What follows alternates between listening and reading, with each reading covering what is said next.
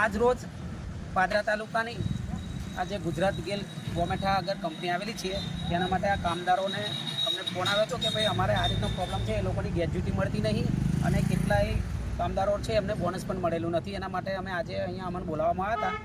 તો આપણે આ કામદાર મિત્રને પૂછીશું કે તમારો શું પ્રોબ્લેમ છે, બોલો.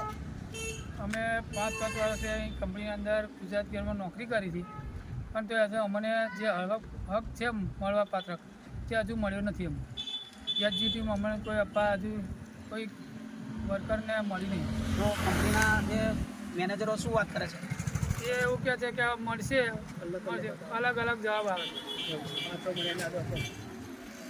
અને તમને કેટલી વાર અહીંયા બોલાવીને એ લોકોએ એવું અમે કીધું? કમસે કમ 15 થી 20 લોકો અહીંયા કંપનીના ગેટે આવીને અમને એક જાતના વાના બદલાવે છે.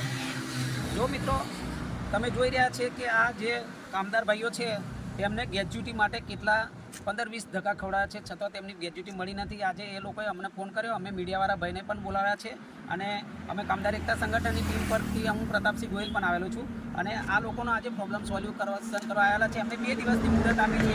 2 દિવસની અંદર જો એમનું બોનસ અને ગ્રેજ્યુટી ના મળે તો ફરી આપણે અહીંયા ગેટે આપણે ભેગા થઈશું, બરાબર છે? તો તમામ મારા કામદાર મિત્રોને પણ ભેગા કરવા માટે આપણે એક સંદેશો અને એક તમે મેસેજ કરો કે જેની ગ્રેજ્યુટી બાકી હોય તે અહીંયા આવી જાય. આપણે 2 દિવસની વાત, ત્રીજે દિવસ આપણે ગેટ પર ભેગા થઈશું, બરાબર છે? જય માતાજી.